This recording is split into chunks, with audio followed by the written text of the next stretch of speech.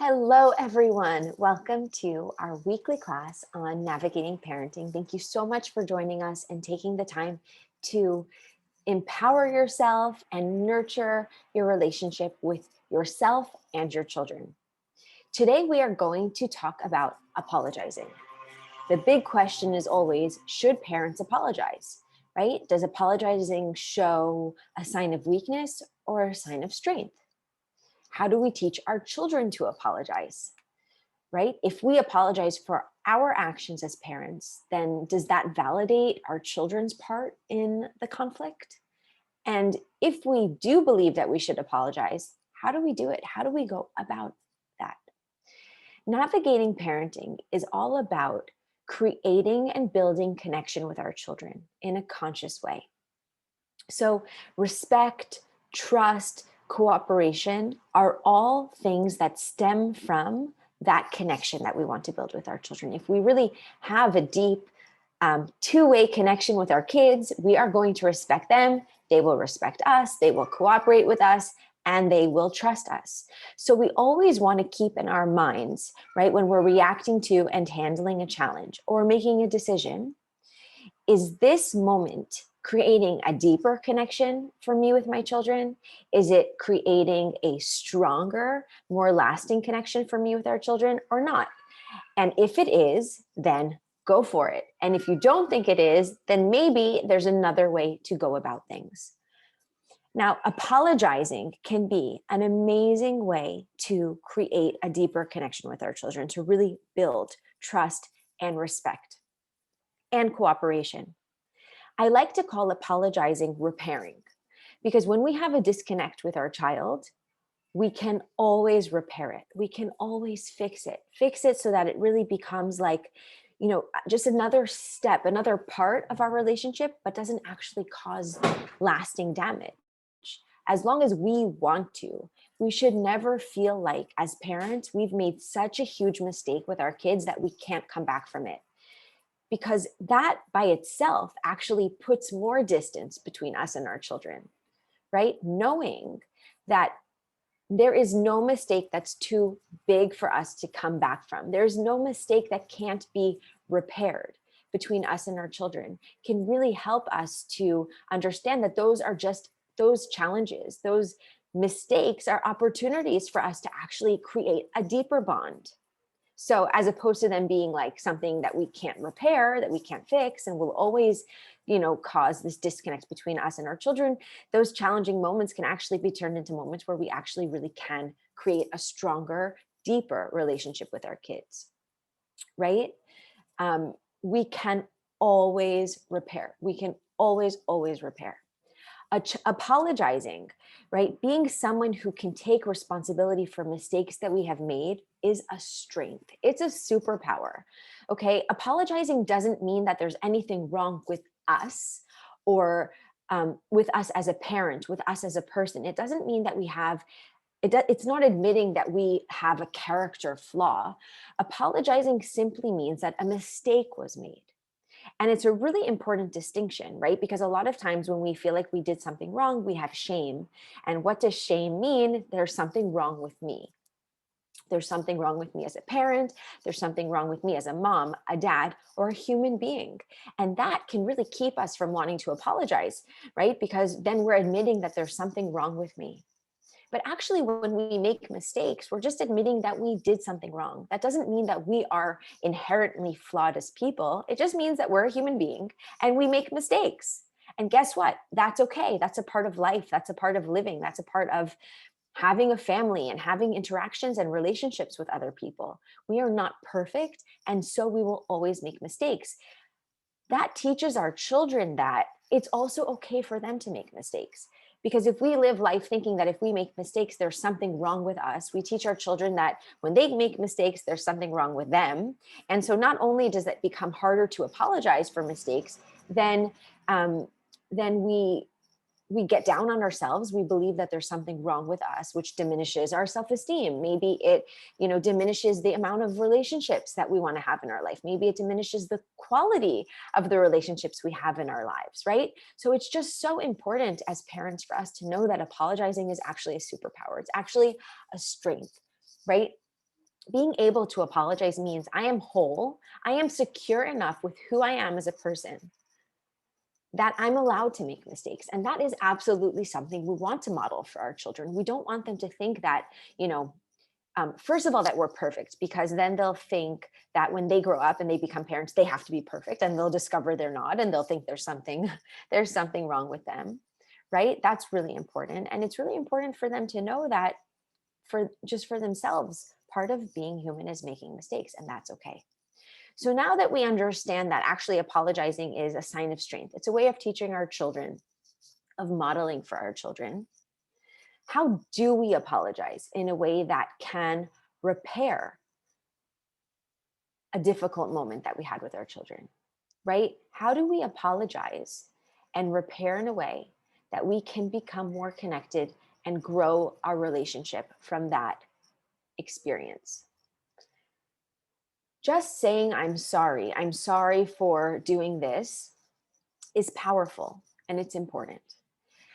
But our children, I really believe, the more that we get into detail with them and we don't just assume that they understand or they know the things that we're not speaking, I think it's really, really important to communicate all of the details of interactions that happen between us and them, to really like be super crystal clear, spell it out all the time. Because a lot of times the way that we interpret a situation, we assume that everyone else is interpreting a situation that way, but they're actually not necessarily. A child, we might apologize to a child and they might not even really know what you're apologizing for, right? They might be apologizing, you might be apologizing and they might think, this apology is, is for something different than what you're actually apologizing for. They might not even really understand what an apology is or why you're deciding as a parent to be empowered, and to be empowered in apologizing. Maybe they'll look at as apologizing and making mistakes as a sign of weakness, and I got my parent, you see, I got them to apologize, right? We really don't know how they view it. So we want to be really clear and spell things out for our children. So I don't believe it's enough to just say, I'm sorry. I think we need to go into detail to really create a repair. Because again, it's not just about saying, I'm sorry. We want to repair the relationship, to use that moment of challenge as a way to create a more connected experience and relationship with our child. So here are 4 steps, which I will explain in detail, of how to take a conflict with our child and use it to create a moment of connection, a moment of to really repair. So you had a conflict and you yelled at your child, or maybe you blamed them or you accused them of something that they didn't do. You handled a situation in a way that wasn't right, and you want to apologize now. The first thing is that body language is really important. And this actually comes before the 4 steps. Okay, body language is so important. Because if we apologize while we're cooking and we're not looking at them, or we apologize while we're doing something else and we're kind of doing it like because we have to, then our child won't really feel our apology the same way we wouldn't really feel someone's apology if they apologized to us in that way. So we really want to stop what we're doing, to turn our body towards them, right? Not to speak to them like this, but to actually turn our body towards them, look them deeply in the eyes, maybe lean down to their level, like crouch down or bend down if they're shorter than us, or take them on our lap and hold them if they are allowing us to do that, showing them that we're really focused on them.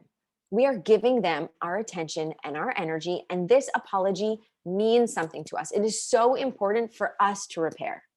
We really, right? It's really deep and it really means something to us. So we want to show that with our body language in a warm and comforting way, so that they know we're serious about this, right? This reconnection is really important to us. So once our body language is in the right place, what do we do?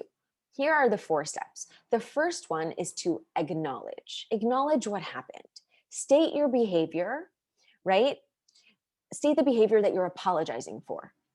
So, and then ask your child how it made them feel. And this is really important because we don't want to put words into our children's mouth. We don't know how that moment of disconnect made them feel. So we want to ask them, we want to get curious. We want to show them that it really, again, it's important to us to repair and to know what their experience of that moment was. So you yelled at your child, okay? We're acknowledging And we're asking our child how it made them feel. I yelled at you earlier. How did that make you feel? Right? I blamed you for something that you didn't do. How did that make you feel? I accused you of doing something. I was wrong. How did that make you feel? Right? The second step is apologizing with empathy. So at this point, our child has shared with us how it made them feel. So we are now apologizing, and we're apologizing with empathy. And empathy is the ability to step into someone else's shoes. It's to really hear what they said, right? Not, again, and that's why we asked how it made them feel, because we want to have empathy for how they're feeling right now. So we're apologizing, and we want to restate the words that our child used, right? When we said, how did that make you feel? And they said, I felt really scared. You yelled at me so loud. Okay. I'm so sorry that I yelled at you. And as a result, you felt scared. Now, the language is important because we don't want to say, and this is a default, this is a pattern that I had to break and I'm still breaking. We don't want to say, I made you feel X, Y, and Z, because we as parents want to be working on this idea that nobody makes us feel a certain way. And we also don't want our children to learn to believe that people make us feel a certain way. Eventually, we want our child to grow into an adult who understands that if someone yells at me, right, and I feel scared, it's triggering something within me. They shouldn't yell at me, absolutely not. But why am I feeling scared instead of angry, right? We don't want to fall into a pattern of blaming others or teaching our children to blame others for their feelings. That's a whole nother class.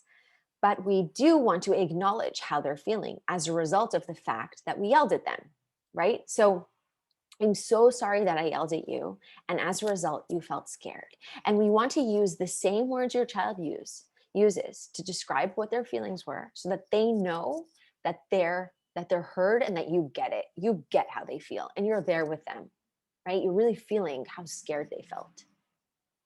The third step, own your mistake and take responsibility for what was triggering you, right? Because that is not on your child. Even if your child did something that warrants being yelled at, even if your child did actually do something wrong, right?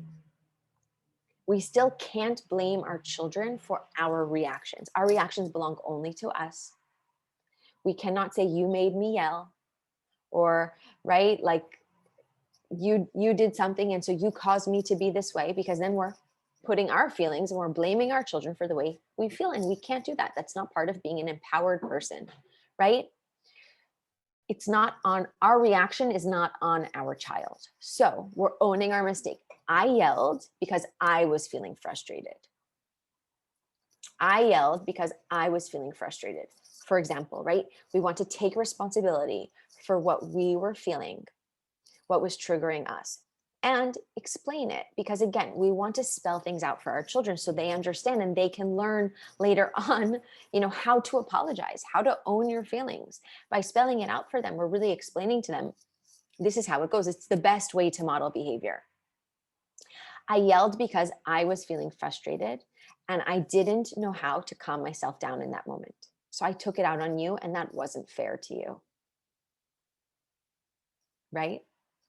I yelled because I was feeling frustrated and I didn't calm myself down. So I took it out on you. And that's not fair to you. We're owning our mistake and taking responsibility for our feelings now and sharing them. And the fourth step is committing to do better. I'm human and I made a mistake. I'm going to try really hard not to make the same mistake in the future. I can't promise I won't, but I'm going to try really hard not to. And then, by the way, an amazing thing to do is like to offer what you're going to do next time you feel frustrated. Next time I'm feeling frustrated, maybe I'll, just say like, I need a few minutes to calm down before I respond, or I'm going to take a few deep breaths because that helps me to calm down, right?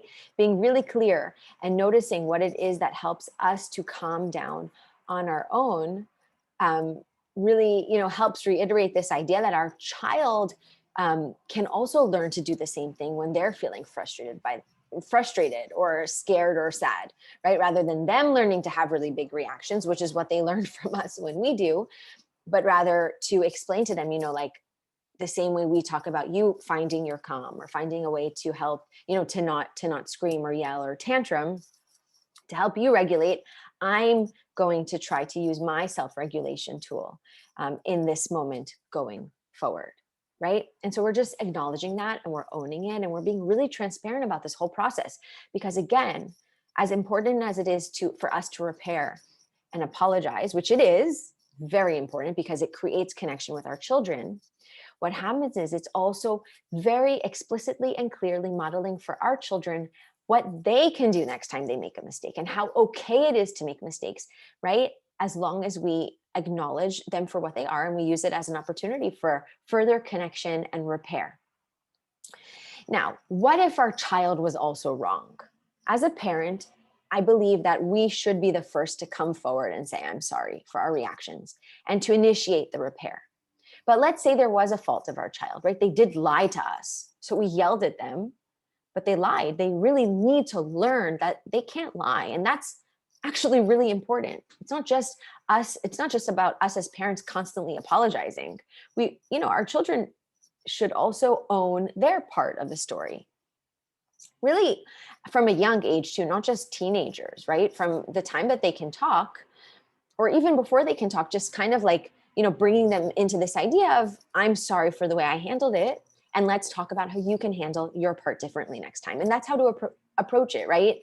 It's not like, I'm sorry for how I handled it, but you did this and this and this, because then the but negates the I'm sorry part that we just worked really hard to do to build that repair and connection. But what do we do now if our child was wrong, right? So step 5, right, is I was feeling frustrated because I was reacting to the fact that you stole your brother's homework and didn't give it back. I was yelling because I was feeling frustrated that you did X, Y, and Z, right? That triggered me and made me feel frustrated. And I don't think it's okay that you stole your brother's homework and didn't give it back. That was really upsetting for him. He had to go to school without his homework, and his teacher was looking for the homework, right? So that behavior wasn't acceptable, right? It really affected your brother in a negative way. Why did you do that? And then we want to kind of go back through those 4 steps, but in the other way, and prompting our children, right? Why did you do that? Right? How were you feeling in that moment? Why did you feel the need to steal your brother's homework? And then the empathy, right? Oh, you were feeling resentful of your brother, and you wanted to get back at him. If that's what your child says, we want to listen to them and then have empathy for their feeling and the reason why they took that action, right? And now we want to help them own their mistake. So I hear that you were feeling resentful, right? But there are different, better ways of handling that. You are feeling resentful. What is another way that you can handle your resentment in the future, right? We're moving into step 4. Try to do better. Next time, what can you do when you're feeling resentful of your brother? How can you use your words to own the fact that you're feeling resentful? I'm feeling resentful, right? Or I am needing, compassion or cooperation. And instead of stealing your homework, this is what I'm going to do. Instead of stealing his homework, I can come to you, mom or dad, and let you know that I'm feeling resentful. Or I can let my brother know that the way he's behaving is really making me feel resentful. I'm feeling really resentful, right? So what can I do? How can I, explain it to him in a way that he'll get, so that I don't have to do this dramatic thing of steal his homework? We want to help our child to acknowledge, then we want to have empathy for their feelings, help them to own their mistake and understand what they were feeling in that moment or what they were needing in that moment. And also help them to understand, now going forward, how can I do better? How could I handle a future challenge differently, so it doesn't result in my brother going to school without his homework and getting in trouble with his teacher? Right? How could I handle that moment of conflict with my brother in a different way? So that your child understands that actually you could create a better relationship with your brother. You totally could, when you learn to handle the challenges differently. And the beauty is that as we teach our children to, to be more communicative and to spell things out, then the other side, right, the brother, the sibling, the friend, will also start to handle those situations differently because they're being approached differently, which will change the entire dynamic. So repair can be an amazing way to connect with our children, to model behavior, to teach lessons, right? We all make mistakes all the time. It's not about even not making mistakes again. It's just about getting better at certain things, accepting ourselves with our mistakes, accepting them with their mistakes, teaching them that they can accept themselves with their mistakes, and using any point of contention, any challenge with your child as a moment of connection. You can truly repair any mistake, any harsh words, any difficult situation you have with your child, and actually model what it looks like to be an empowered person. That we are resilient and we can come back from conflict. Thank you so much for joining us, and I'll see you all soon.